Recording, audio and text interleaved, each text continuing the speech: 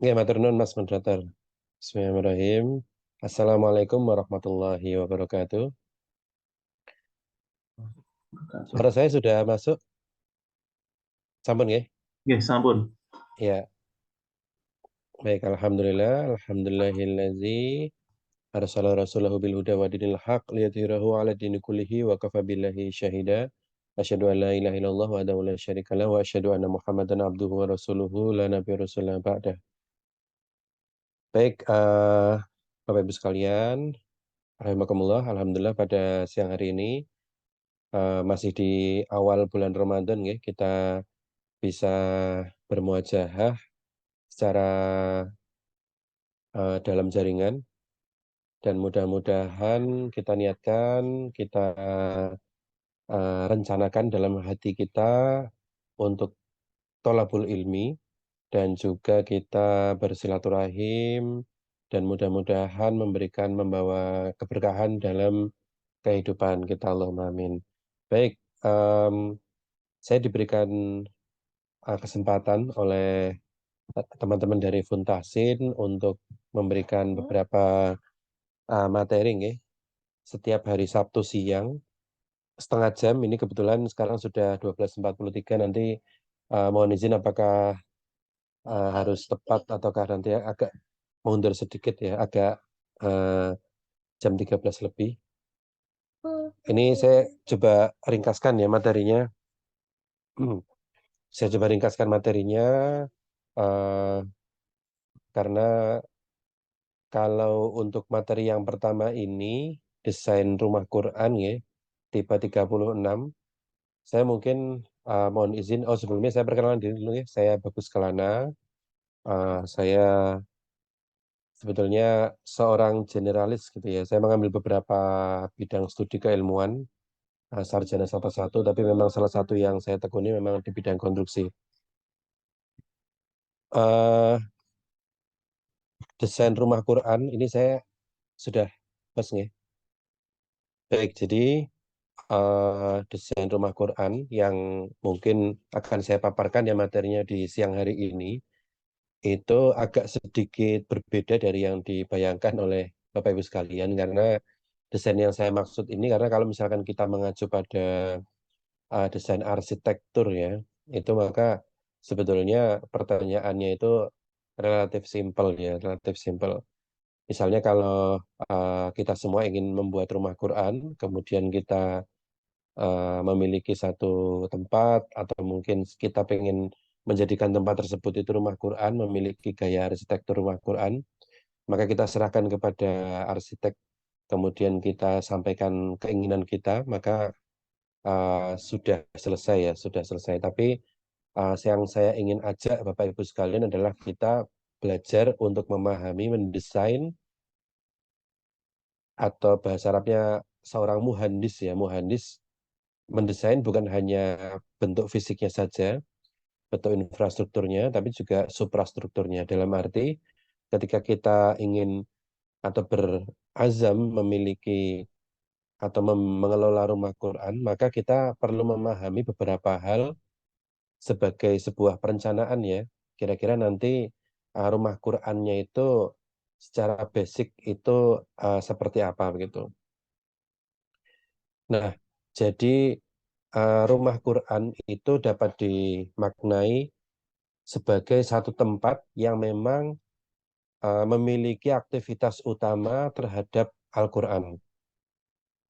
Dia bisa sebuah rumah yang melakukan aktivitas menghafal Quran atau rumah tahfiz gitu ya.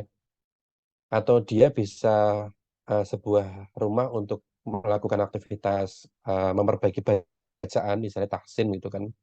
Atau mungkin dia tahfim ya. Jadi rumah tersebut memiliki kegiatan memahami Al-Quran.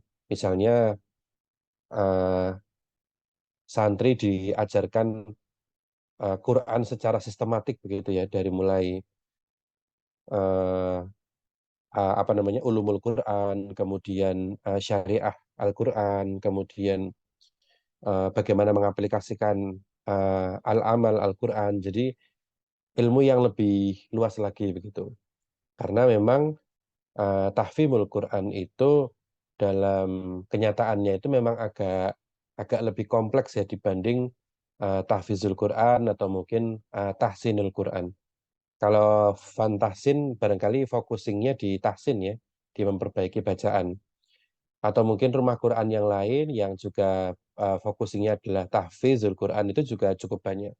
Tapi untuk yang tahfimul Quran itu umumnya pesantren-pesantren atau tempat-tempat yang memang sudah cukup lama ya, memiliki usia yang cukup lama karena mungkin juga memiliki histori yang cukup panjang. Dulu juga kayak misalnya saya nyebut di Krapyak ya, saya pernah mondok di Al Munawir di sana, di Krapyak di Bantul itu eh, cukup panjang ya karena dia sudah, kalau nggak salah itu sebelum Indonesia merdeka sudah ada itu ya, di Al Munawir itu contohnya.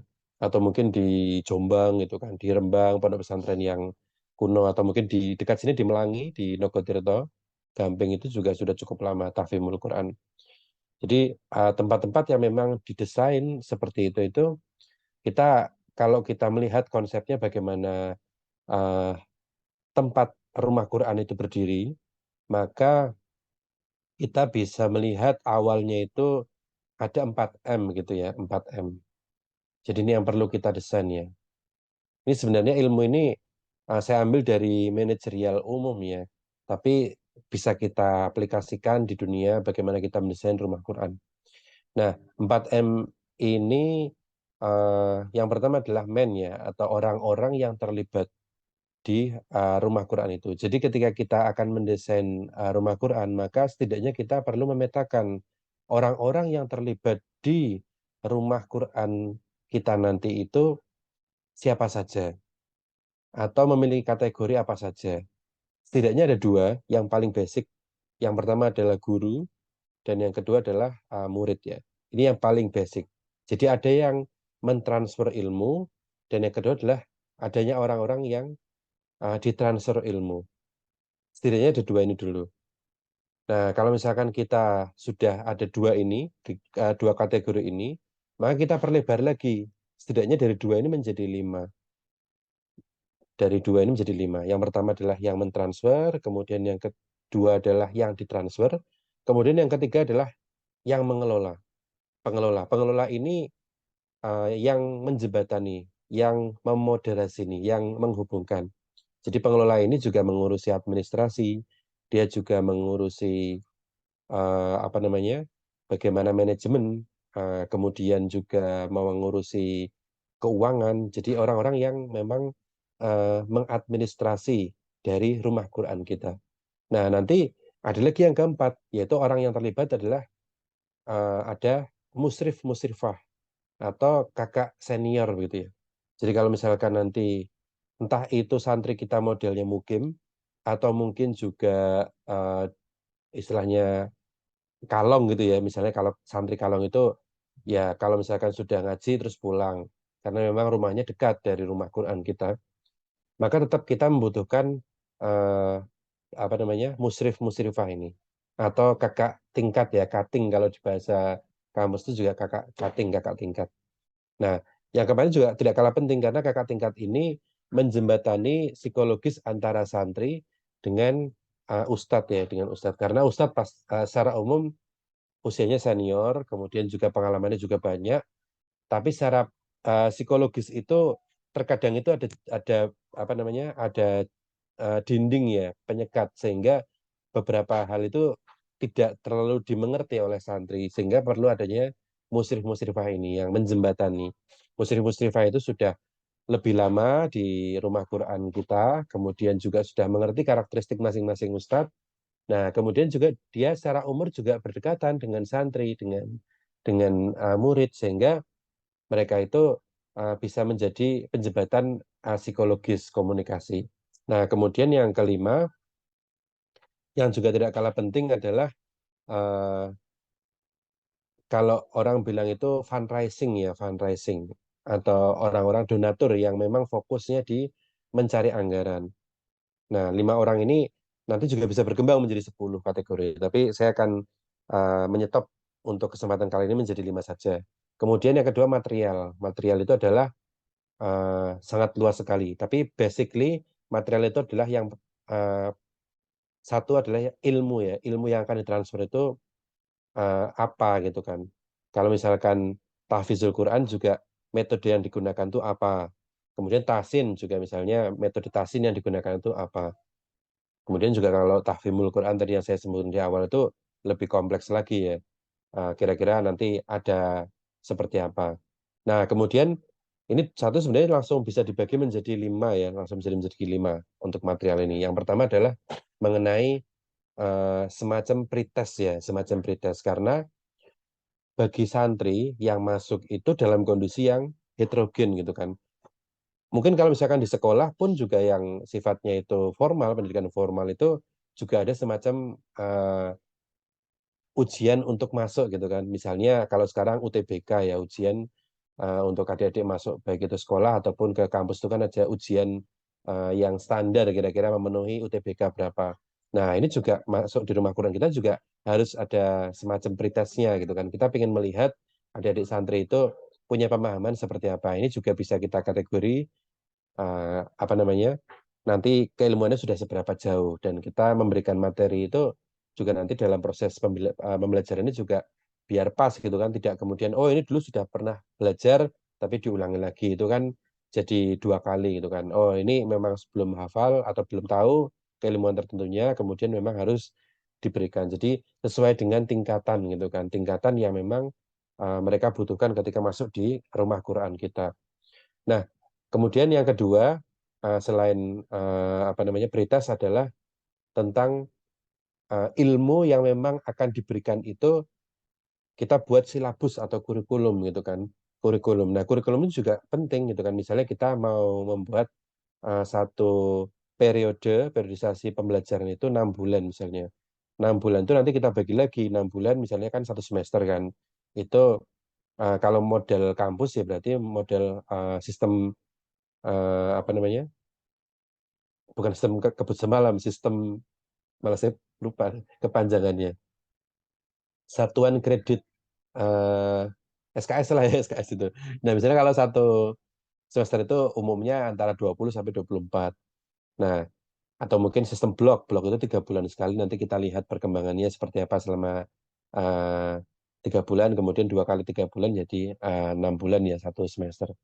Nah, itu dalam waktu 6 bulan misalnya itu apa yang akan kita tanamkan, kita ajarkan. Kalau misalkan tahfiz, maka misalnya, oh, 1 halaman misalnya satu satu hari itu 1 halaman karena model intensif itu juga bisa. Atau misalnya tahsin juga nanti ada ini ya kan ada bukunya gitu kan ada tingkatannya. Untuk satu buku jilid 1 misalnya itu diberikan selama berapa bulan, 2 bulan misalnya. Jadi kurikulum ini sangat penting, silabus itu sangat penting untuk disiapkan, didesain dari awal.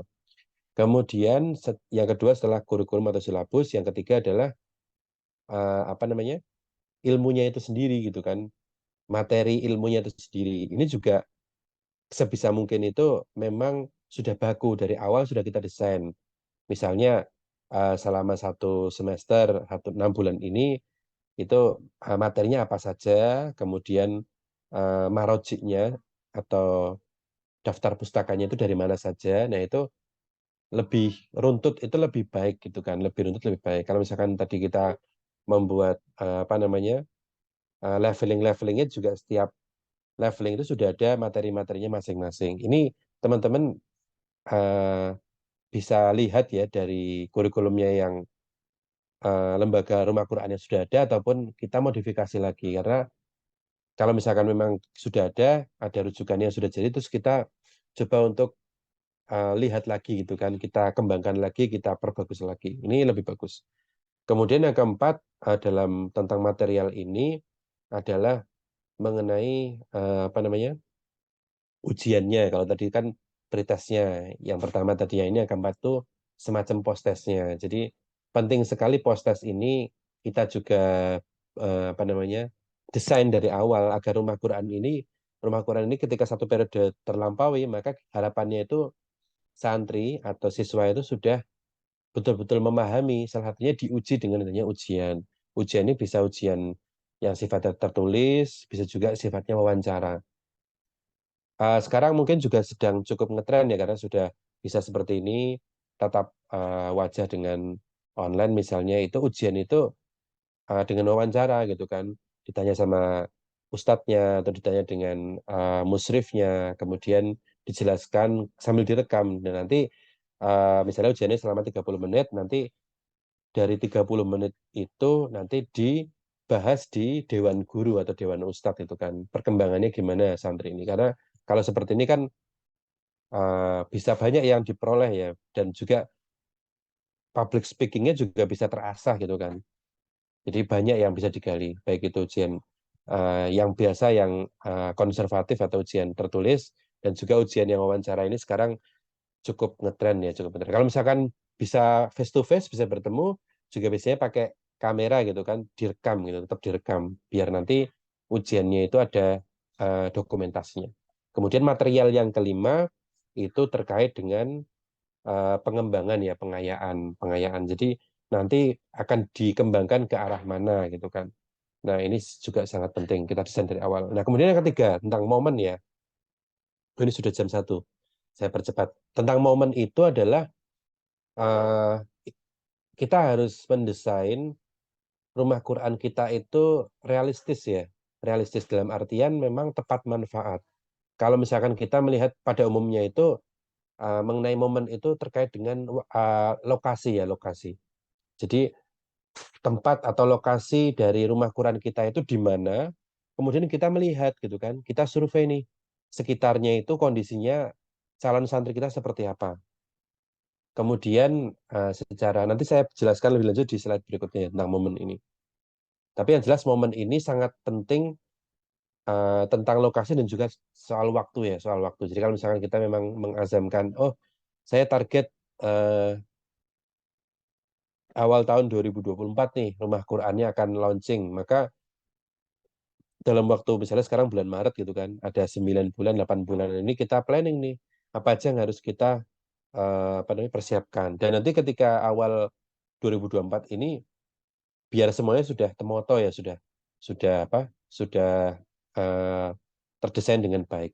Dan kemudian kita juga sebagai seorang pengelola, founder ya dari rumah Quran kita itu kita juga membayangkan atau memiliki bahasanya memiliki mitigasi ya. Kira-kira nanti awal 2024 itu secara regional di lingkungan sekitar rumah Quran atau bahkan secara nasional itu akan ada momen apa. Oh, kita tahu nih Februari ini ada pemilu nasional gitu kan. Jadi suasana perpolitikan itu agak mungkin menghangat dan sebagainya. Ini kita juga pas nggak ini kita akan melaunching rumah Quran kita di awal 2024. Nah, itu kita juga harus persiapkan ya tentang itu. Nah, kemudian yang keempat, yang terakhir,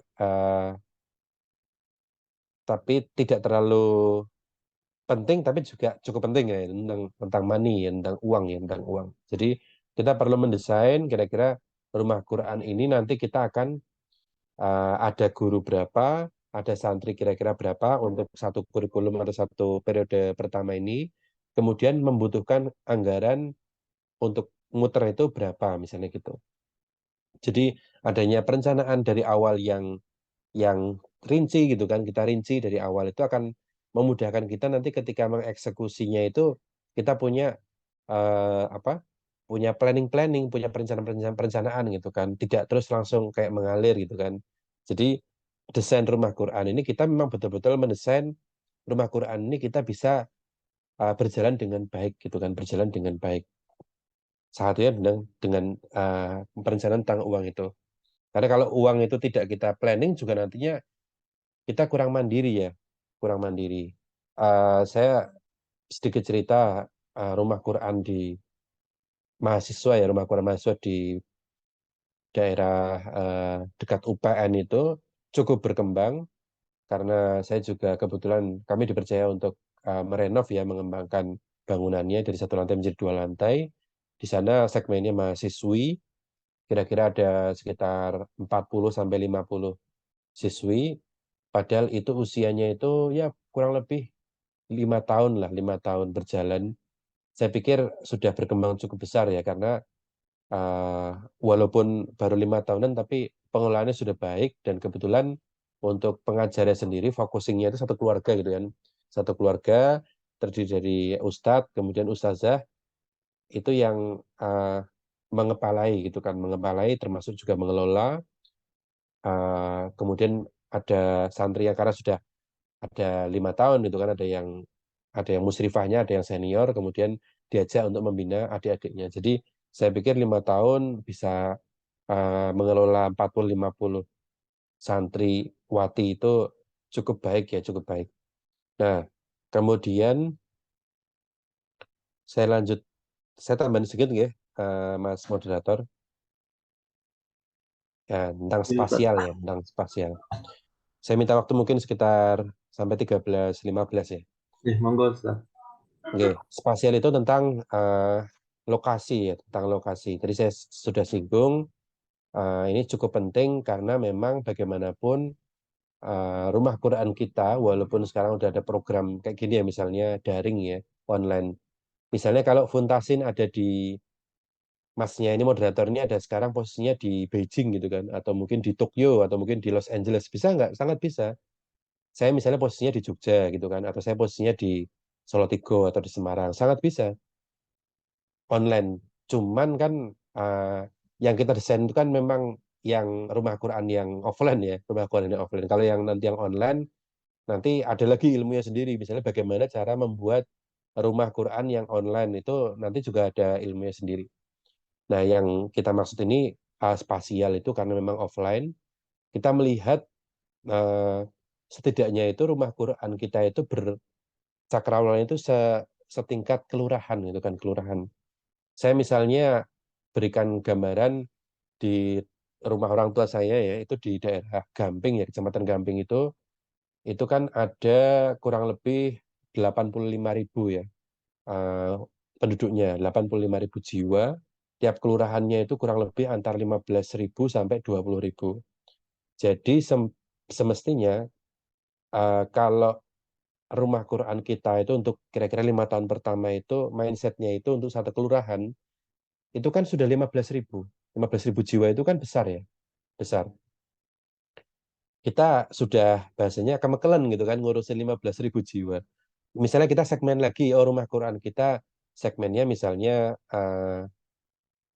bapak gitu kan, bapak itu ya mungkin kira-kira ya 20-an% dari populasi 15.000 ya, kurang lebih 3 ribuan jiwa. Segmen kita 3 ribu jiwa juga sudah besar sekali gitu kan. Makanya segmentasi untuk spasial ini sangat penting kita desain dari awal.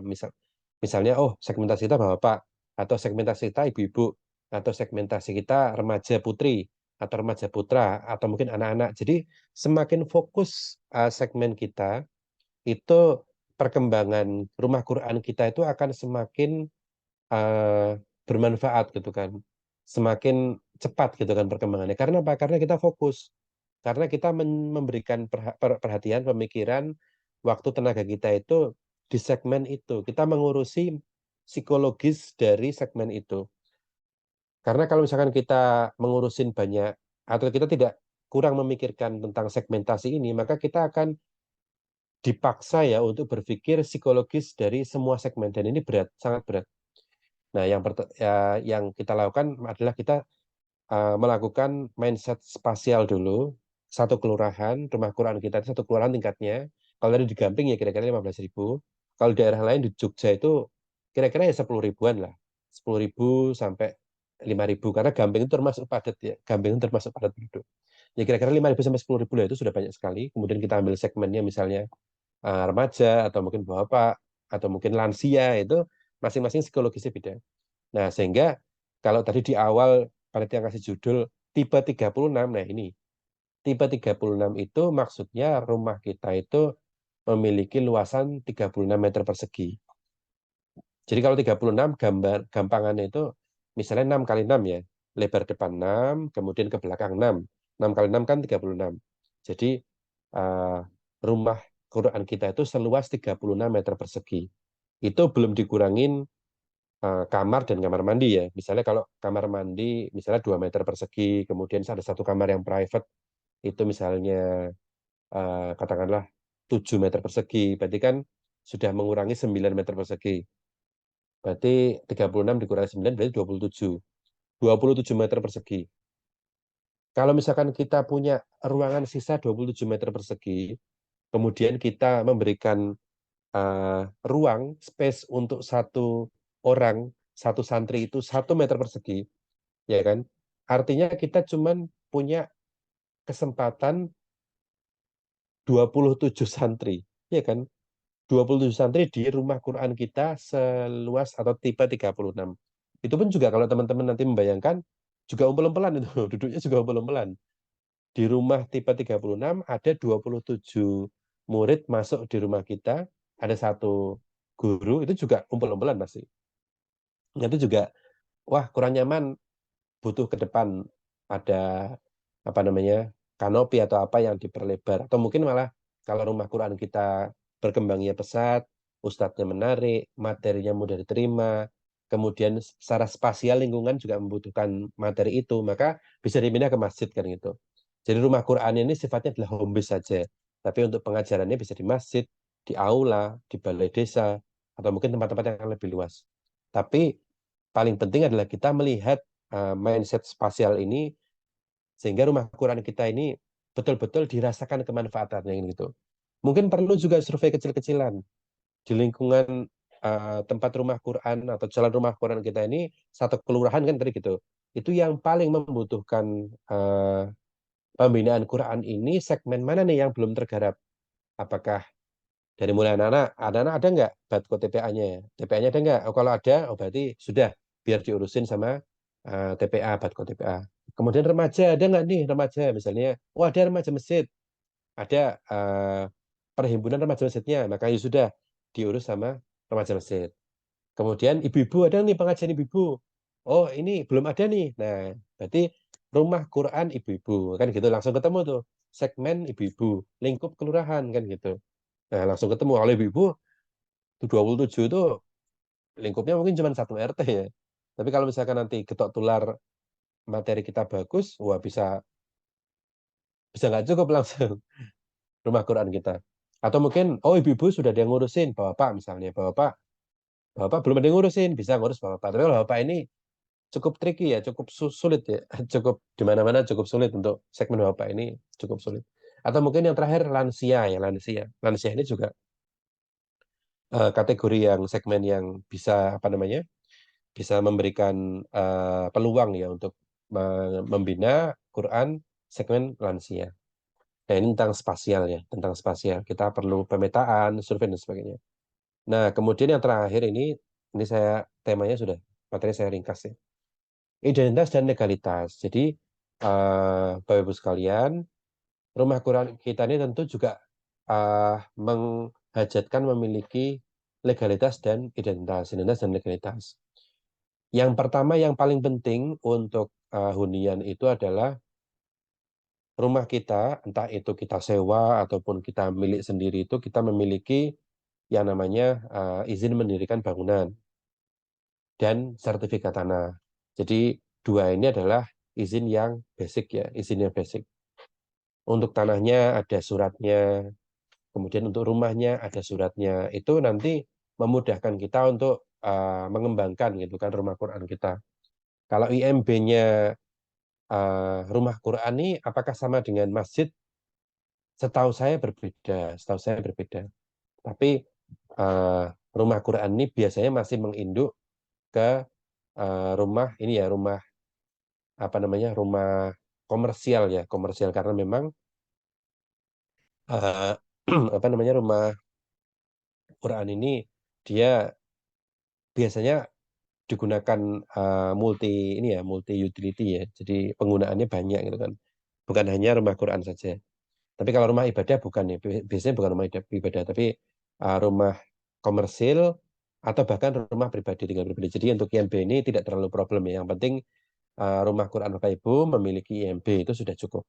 Kemudian selanjutnya adalah nomor register ya, nomor register. Jadi rumah Quran ini bisa memiliki nomor register sehingga apa namanya bangunan Bapak Ibu ini akan lebih lebih kuat lagi keberadaannya. Jadi Bapak Ibu ini bisa ke KUA di kecamatan, kemudian nanti di sana menanyakan ke KUA itu memberikan informasi bahwa saya mengelola sebuah rumah Quran, kemudian nanti minta nomor register untuk rumah Qurannya. Itu juga di sana nanti dibuatkan surat keterangan untuk rumah Quran. Nah, itu akan memberikan legalitas bagi keberadaan rumah Quran Bapak Ibu sekalian. Nanti mengetahui juga RT, kemudian RW, mungkin juga dukuh, tapi sekarang dukuh juga enggak ya, langsung ke kelurahan. Kemudian yang juga tidak kalah penting adalah badan hukum. Badan hukum dari rumah Quran Bapak Ibu sekalian umumnya adalah yayasan. Tapi kalau ini yang sudah advance ya, saya nanti juga kalian waktu memberikan apa ya istilahnya semacam insight atau mungkin materi mengenai tahapan untuk identitas dan legalitas ini karena juga cukup banyak ya menyesuaikan dari kebertumbuhan dari rumah Quran. Kayak yang tadi saya sampaikan di apa namanya di dekat UPN sana itu rumah Qurannya itu sudah berbentuk yayasan, sudah ada IMB, sudah ada sertifikat tanah, bahkan di sana itu masih hak pakai ya, hak pakai karena tidak diberikan tanah dan bangunan tidak diberikan kepada rumah Qurannya, tapi ada seorang kayak semacam pemilik tanah, pemilik bangunan, kemudian silahkan digunakan gitu. Itu juga bisa. Tidak diwakafkan penuh, tapi ya silahkan digunakan, dibangun juga monggo, tapi ini kepemilikannya masih milik saya. Nah gitu, masih milik pemilik tanah. Nah itu nanti di BPN atau di lembaga pertanahan itu ada klasifikasinya sendiri. Yaitu salah satu ini ya, salah satu apa namanya, salah satu karena memang banyak sekali legalitas identitas itu yang paling penting adalah lembaga rumah keuangan Bapak Ibu itu siap untuk besar gitu kan. Kalau misalkan istilahnya uh, ngawekani kalau misalkan rumah Quran Bapak Ibu itu makin besar ya, karena kalau makin besar itu nanti ditanyakan identitas dan legalitasnya oleh uh, pejabat daerah. Dan jangan lupa untuk sebagai pengelola ini yang terakhir ya, yang terakhir jangan lupa untuk selalu menyambung silaturahim dengan aparat daerah, baik itu RT, RW, kelurahan, dukuh, lurah, kemudian kecamatan, KUA, bahkan kalau perlu kalau misalkan sudah makin besar itu dengan Kemenak ya atau lembaga-lembaga uh, yang semisal misalnya Dewan Masjid atau Forum Kerukunan Umat Beragama FKUB dan sebagainya sehingga keberadaan rumah Quran Bapak Ibu itu akan dirasakan manfaatnya dan tidak dicurigai. Nah, ini yang penting nih. Dicurigai itu susah ya, repot ya. Padahal kita juga tidak ada yang macam-macam, tapi karena kita kurang serawung gitu kan, kurang gaul, kurang sosialisasi sehingga jadi mudah dicurigai. Nggak perlu ya, jadi repot sendiri. Jadi kalau misalkan kita membuat kayak semacam company profile ya, atau apa namanya, identity profile ya, yang oh ini namanya pengelolanya siapa, identitasnya apa, itu dibuat dalam satu file PDF, terus mudah untuk di-share itu, atau website, ya itu udah baik lagi. Baik, mungkin itu Mas Moderator, sudah 13.15 ya. Dari saya cukup sekian, matur nuwun. Semoga yang sedikitnya ada manfaatnya. Baik, saya kembalikan ke Mas Moderator. Assalamualaikum warahmatullahi wabarakatuh. Waalaikumsalam warahmatullahi wabarakatuh. Baik, terima kasih kepada Ustadz Bagus Kelana atas pemaparannya. Baik, karena waktu sudah selesai, kita tutup dengan hamdalah. Alhamdulillah. Alhamdulillahirrahmanirrahim. Dan kafaratul majelis. Subhanallah. Subhanakallah wa bihamdika asyhadu an la ilaha illa anta astaghfiruka wa atubu ilaik. Astagfirullahaladzim. Bila ada salah dan kesalahan kami mohon maaf sebesar-besarnya. Wassalamualaikum warahmatullahi wabarakatuh. Waalaikumsalam warahmatullahi wabarakatuh. Terima kasih.